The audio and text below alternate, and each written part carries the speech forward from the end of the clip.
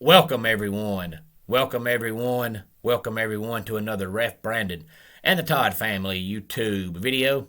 Wherever you are, whatever you may be doing, thank you so much for making Ref Brandon and the Todd family a part of your day.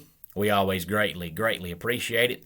Now, I know earlier this week sometime I said that I would have more on the Georgia and Alabama game coming up sometime later on in the week. Well, today is that day, and I will get to that game coming up here in just a couple of minutes. But before I talk about that game, let me say, if you have any thoughts on any of the conference championship games coming up today, please feel free to let me know. We'll start with the Big 12 championship game, since it is the first game on the schedule today because it starts at high noon. We have Oklahoma State going up against Baylor. Now, the Big 12 has pretty much a round robin in the regular season. It's the only conference where every team plays everybody. So everybody plays everybody, and the two teams that have the best record play again for the conference championship game. That makes so much more sense, and it makes things so much easier. So Oklahoma State and Baylor did play in the regular season back on October the 2nd. Oklahoma State won by the score of 24-14.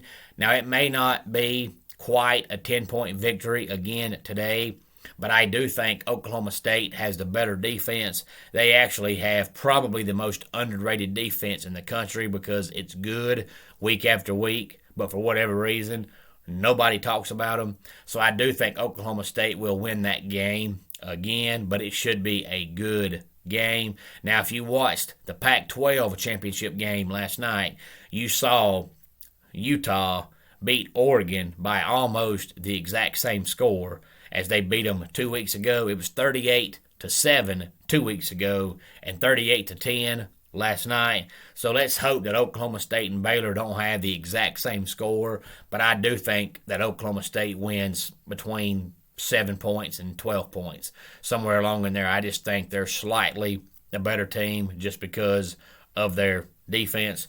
And then we have Utah State and San Diego State battling in the Mountain West championship game. And then we have Appalachian State and Louisiana battling in the Sun Belt championship game. Of course, Louisiana just lost their head coach, Billy Napier. He is going to the University of Florida. And then we have Cincinnati and Houston. They'll be battling in the AAC championship game at 4 o'clock, which is the same time that Georgia will be battling Alabama for the SEC championship game. And I know I've said on here a few times before, but I'll say it again, that I usually, honestly, don't look at spreads in games as far as the point total, and I don't look at who's favored, and I don't look at over-under, none of that stuff, because to me, in reality, it's just somebody's prediction, and it doesn't mean anything. But one of my co-workers yesterday, who happens to be a Georgia fan, and that's the only downfall of him. Outside of that, he's a good guy, but he just happens to be a Georgia fan. But anyway, he brought to my attention that he was surprised that Georgia was only favored in the game by a touchdown.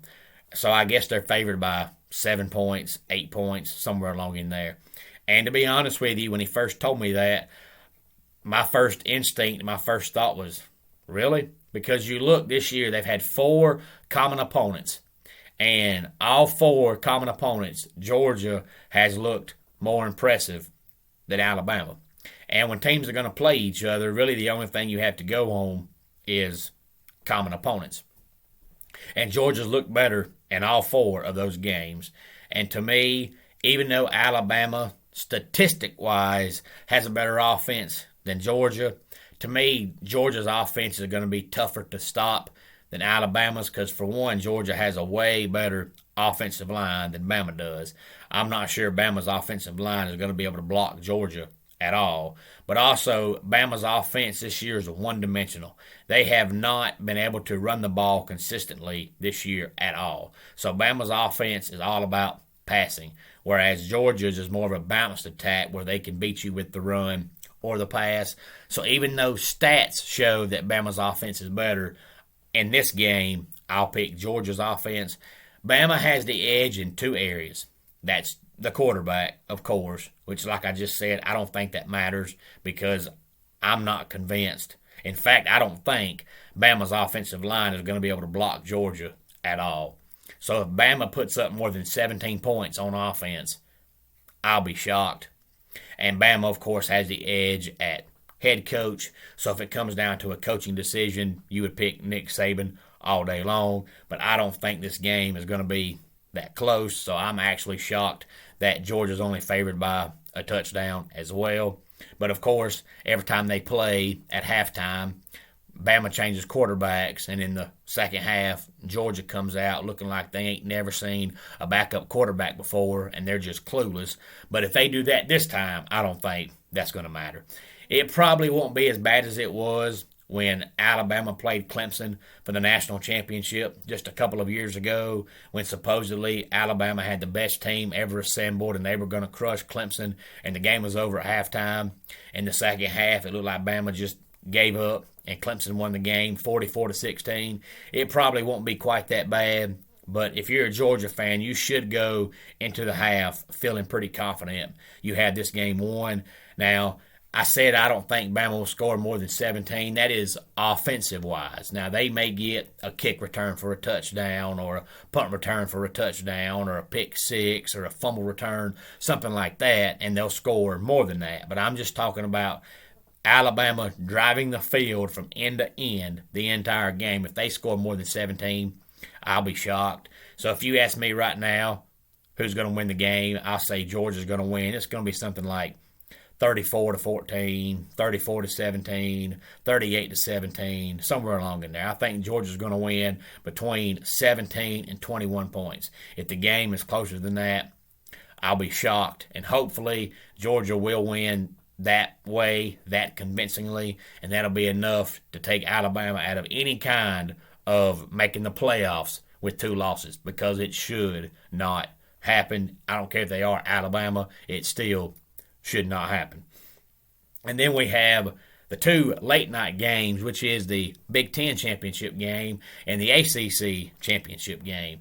And if you look at these two teams in both these games coming up tonight, I think we're going to see completely opposite games, because I think Iowa and Michigan is going to be an absolute slugfest, where if either team scores 21, I'll be surprised. Iowa only put up 7 earlier this year against Wisconsin because Iowa's offensive line could not block Wisconsin at all. And Michigan's defensive line is a whole lot better than Wisconsin's. So if Iowa couldn't block Wisconsin, I don't think Iowa is going to block Michigan. But Iowa's defense is so good, I don't think Michigan is going to consistently move the ball against them. The only thing that make this game better was if instead of the game being played indoors in Indianapolis, if the game was actually going to be held in Michigan or Iowa or any other place where it might be really, really cold and really, really windy and with a chance of snow. But indoors, none of that stuff matters. So I think Michigan wins this game just because I don't think Iowa is going to be able to block Michigan. So I think Michigan is going to put up 17 points, 21 points, somewhere along in there, but I think that'll be enough to win the game. And then Wake Forest and Pittsburgh should be the complete opposite. So if you like defense, then you watch Iowa and Michigan. If you like offense with no sign of defense, then you want to watch Wake Forest and Pittsburgh.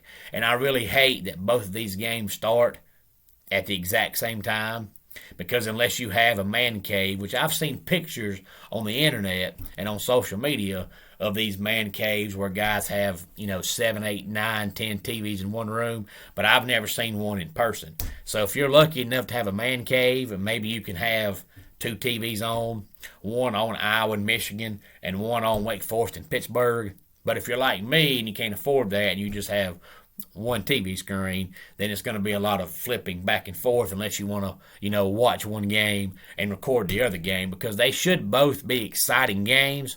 I just think they'll be exciting because one's going to be all about offense and one's going to be all about defense. And some people like offensive football and some people like defensive football. So I think Michigan will beat Iowa, but I think it's going to be a complete slugfest. And I think Wake Forest beats Pittsburgh only because I think Wake Forest has a little bit better of an offense than Pittsburgh does. But this game, if you ask me the score, I would say it's going to be something like 45-38.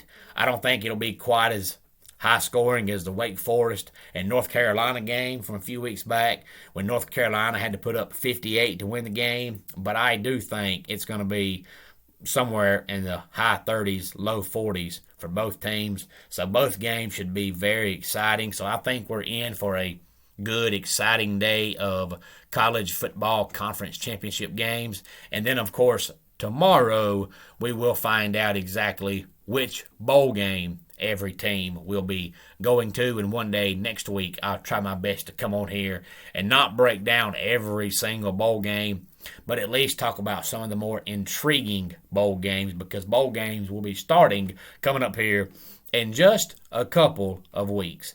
Any thoughts on any other games, please feel free to let me know.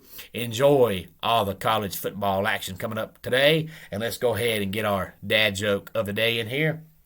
Air used to be free at the gas station. Now it is $1.50. You know why? Inflation. And that wraps it up for today's Ref Brandon and the Todd Family YouTube video. Until next time, it's Ref Brandon saying, just like in pro wrestling, life can be over by the count of 3. Tell your friends and family how much you love them.